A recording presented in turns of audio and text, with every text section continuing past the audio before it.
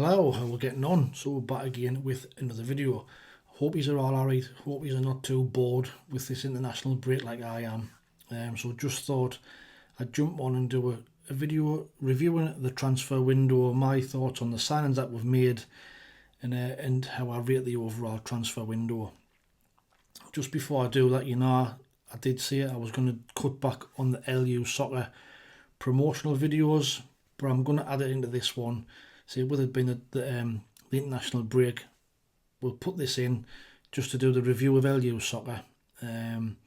If you've already bought a shirt from LUSOCCER, you can fast forward this bit till the main content. But LUSOCCER, like I say, we do get a shirt of them every month. Them two behind are both LUSOCCER. They do have some good retro kits on there from Sunderland. They've also got, like I say, the new away kit. They've got the new home kit on there. They've also got the third kit on there as well. As you can see, that retro one there, the Lonsdale one, has already been won. So I'm waiting for Kai Young 58 to send us his details so I can get that out in the post. So Kai, if you're watching this, ping us your details across because that's ready to be sent out. And just to give you a little bit more detail, this is the one that will be given away for the next game from Plymouth. So you can see it's the Lonsdale one of 2004-2005. Got the stitched on badge. Really good quality. The Lonsdale stitched in as well. There's it from the back. Like I say, they're about 35-36 quid on LUSOCCER. $36, but with my discount you can get 10% off. So everything what you need to do is in the description below. Just create your account, sign in, put the discount code of SAFC in the code in the checkout box, and you get an extra discount as well. So you'll get that for about $20 odd. Well worth it. They are great quality and cheap, and the home and the new strips are quite good as well. Only very minor differences from the actual authentic stuff, and a fraction of the price.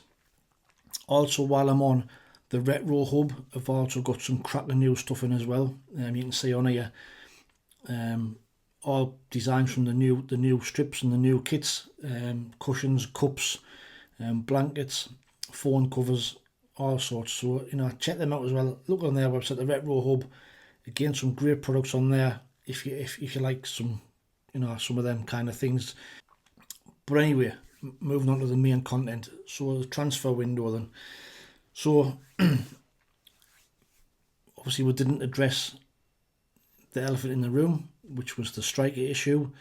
But I think we have made some decent signings. Overall, we had 9 signings in, I think it is, and 16 have gone out. And we've made a profit of 13.1 million. So, make of that what you will. Is it good business? Obviously, we have lost Jack Clark, which I'll touch on a little bit. But the players that we've brought in then. So we've already seen Simon Moore. Looks a decent back up to Patterson. He played in the Carabao Cup, defeated Preston, and I thought he did alright. Probably could have saved 1 or 2 of the goals, but overall, I think he saved us from a battering that night. We signed Blondie Nikiu, another goalkeeper. We've only ever seen him in pre-season. And probably the best signing that we've made so far is Alan Brown. From what we've seen, he's fit straight into the side. He's in that midfield. He looks like he's played for us forever. He's a massive upgrade on Corey Evans, but he's not a Corey Evans type player, is he? He's more of a he's playing further forward. But I'm really, really happy with him. Got him on a free transfer, and he's been brilliant so far. Ian Paveda, obviously we've only seen him for 5 minutes at the end of the Portsmouth game. Showed some nice touches, but again, not really seen too much of him. Highly rated if we can keep him fit. Wilson Isidore from Zenit St Petersburg, got him on loan. Now we know he can play off the left wing, and as a striker, he scored 46 goals in 153 games. Seen him a couple of times at under 21s. He looks like he's got something about him. He looks like he's loving it here, and I think he's going to be a fan's favourite. The deadline day signings, and so we signed Milan Alexic from FC Radnitsky. He's 18-year-old. We've paid £3.1 million for him. He's got 20 goals and 18 assists in 87 games. Now that from midfield is a cracking record. Now I know it's in Serbian football, but this kid apparently was really highly rated. And I think it's the most we've paid for a player, for a long time. So yes, he's going to be one for the future, but I'm hoping he can have an impact. We'll probably see him on the bench a couple of times. He will take time to settle in, of course, being a young lad from Serbia. We've seen the likes of Russian, how long he took to settle in. I hope it's not going to be as long as that, but he comes highly rated. The other one that we signed for money was Ahmed Abdullahi, striker. Apparently we've paid about £1.7 million for him. Only got one game in senior men's football, but he's 20-year-old. In youth football he's been prolific. 21 goals in 28 games for Ghent's youth team. 2 goals in 7 games for Nigeria's under-20. Again, another one that comes highly rated, and he's also got the Cameron Jones backflip celebration, so I can't wait to see that when he's playing or when he scores. But like I say, £1.7 million. We'll see how that one kind of plays out, but another one highly rated. There was a lot of teams looking at him as well. Will he come in and make an instant impact? Probably not, but we'll have to wait and see.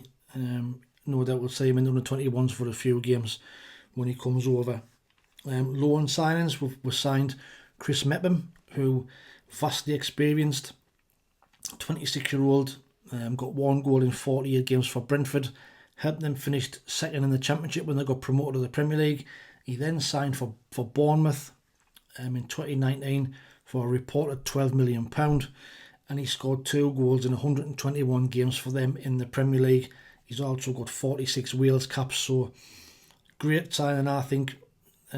He's come because he hasn't been getting game time at Bournemouth. He has had I think he had a serious knee injury, which kept him out for 3 months last season. So he's looking to re-establish himself, and I think it's a great sign if he gets games, because the way things are, I'm guessing Ballard and Luke O'Nien will be Regis Lebris's first choice centre halves, but he's come from the Premier League. He hasn't come for to sit on the bench, so he'll be looking to stay a claim and play a lot of games this season. We've also signed Salis Abdul Samed, defensive midfielder on loan. 24-year-old, again, vastly experienced. He's played in the Champions League. He's got 2 goals in 124 games for Lens. 19 times, he's played 19 times for Ghana. And in 2022, he helped Lens finish second in Ligue 1 and qualify for the Champions League, which he played in the following season. And I think he was named the best midfielder by some French news outlet in that season as well. So again, another player who's come to play games, can only help the team.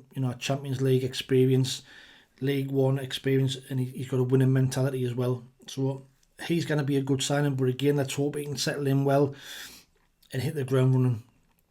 So that's 6 permanents that we've signed, 3 on loan, a total of 4.9 million. Now outbound, we have cut a lot of the dead wood out, but obviously the major outgoing was Jack Clark that we know about. Silver line to that is it hasn't really affected us too much. Romain Mundle has come in, and to be fair, he's played the 2 games he's played, he's scored 2 in 2. He's been absolutely fantastic, and he's slot right in, and credit to him, which means we haven't missed Jack Clark too much. And also the team looks a lot more balanced, I think.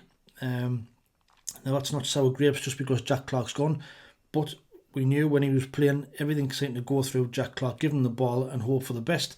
Whereas now we seem to be a lot more balanced now. We build up, we're using Roberts and Hume a lot more, and it's helping Roberts' game as well because he's in the game more. £16 million rising to 18 million, I think what the fee is, minus what Spurs got there, 25%. I think we're left with about £13 million overall from that transfer. Also, Alex Bass went out on a free transfer. Bradley Datwell got rid of. Corey Evans were released, and Elliot Embleton also went to Blackpool. Wish him the best of luck. Was never going to fit in here, never going to get a game. I know he's had some bad injuries as well, but I just think at that level he'll do well for Blackpool, and I wish him all the best. Players out on loan, Nathan Bishop has gone out, and Jay Matete are out as well. It'll do them a world of good to get some game time. Bishop, I'm not too sure where he fits in the bigger picture. Neither Matete. I think they're both probably League One players at best, and if they have good loan spells, then they might end up making them loans permanent. Some of the younger players have also gone out on loan as well. Matty Young, I think he went to Salford City, I think, didn't he? Ollie Bainbridge has gone to Scotland. Ben Middlemiss has gone out as well. And we also released Ellis Taylor. Jack Diamond, we released him as well following his issues. And we also released young Michael Spellman. On deadline day, we had 3 players go out on loan. Nectarius Triantis went back to Hibs, where he's looking to establish himself where he was last year. And I think he started that loan spell off really, really well. I saw a couple of clips of him during the week when he went on a fantastic mazy run for Hibs, hit the post, hit the bar. So hopefully he'll have a good season, get another year's experience and come back to us and be a better player. Timothy Pembellier has gone to Le Havre, I think, on loan. For me, it's the best possible solution for him. I've not really seen anything of him where I think he's going to actually make an impression. It does leave us short at right back, of course, but he wasn't really going to make it anywhere. And if need be, probably Luke O'Nien would revert to right back with Chris Mepham going in the centre half. Pierre Ekwa, another one that's gone out on loan to Saint Etienne. Another one who's kind of lost his way. I think that the last few months he's been poor. It seems to have lost interest. And I don't really kind of see where he fits into the side anymore with the midfielders that we've played. He was kind of 4th choice, so it'll do him the world of good to get out there and play a season of football. If they do, there's an option to buy for him for £7 million. So on our West Ham, I've got a 30 or 40% sell on fee, so we might end up with about £2 or £3 million for him if he does make that permanent. But you know, when he first came, he looked like a decent player, but he just seems to be, his attitude for me, he seems to be a bit lazy, and I don't think Regis Lebris will stand for that. So 8 sold and 8 out on loan. Like I say, £18 million we've getting in the transfers, so we've made £13 million from this transfer window. Overall, ranking wise, I'm going to rate the transfer window a 7 out of 10. You know, whilst we have made some good looking signings on paper, they're going to take time to adapt and settle in, which then could take us up to the January transfer window. But the major thing for me is not getting that striker in, experienced striker. And now Mienda's doing really well. He's got 2 goals and 3 assists in the first 4 games. Can he continue that? He's only 19 himself, and so if he gets injured or we lose him, then where do we go? And Wilson Isidore can play there, but he's mainly a left winger, and his goal record isn't the greatest as a striker either. But I hope he can carry on and keep on doing what he's doing. But I just think we should have still getting an experienced striker in. I would still like to have seen us getting cover in at full backs, because if we lose Trey Hume or Dennis Serkin, we've saw what can happen. Leo Helder can play there, but he's not the best. Huggins is not going to be back till next year. And right back, say Pembele is gone, but he was cover. So if we were to lose any of those, then we're going to struggle again in them full back areas. Adji Elise is injured for another 12 weeks, so he's going to be a big blow as well. But overall, I think a 7 out of 10. It would have been a 9 out of 10 if we're getting the striker in, because I think we've made some decent signings on paper that look really, really good. I'm excited to see Samed and see how good this Alexic is, even though he's only 18. But I think Samed, where he fits in, I don't know, because we've got Dan Neil, Job, Chris Rigg, Alan Brown. There's 4 midfielders, so who misses out? We'll have to wait and see. Obviously, it's going to be a long, hard season. We need a big squad and a lot of squad depth, which I think we've now got, apart from that striking option. But let's hope Mienda can keep on doing the business. His confidence is up. He looks like he's getting better with every game. We're now seem to be playing to his strengths of trying to play balls in behind. When we're counter-attacking as well, through balls he can run into is kind of what we need and what we've been trying for the last few games. So long may it continue. But let me know what your thoughts are on the transfer window. Are you happy? Do you think it's been a shit window? What do you think of this striker situation yet again? For the fifth window in a row, we haven't addressed the situation. But overall, 7 out of 10 from me. Watch out during the week, there'll be a match preview coming out for the Plymouth game. Certain Mr. Wayne Rooney, where we'll be looking to make it 5 out of 5. Fingers crossed we can do that, but watch out for that preview coming out probably Wednesday or Thursday. And then until the next time, if you don't mind, please like, share and subscribe to the channel. We're on the way to 4,000 subscribers. It'll be a massive achievement if we can get that before the end of the season. But thanks for watching, take it easy, stay safe, have a great weekend, and we'll speak soon. Ta-ra.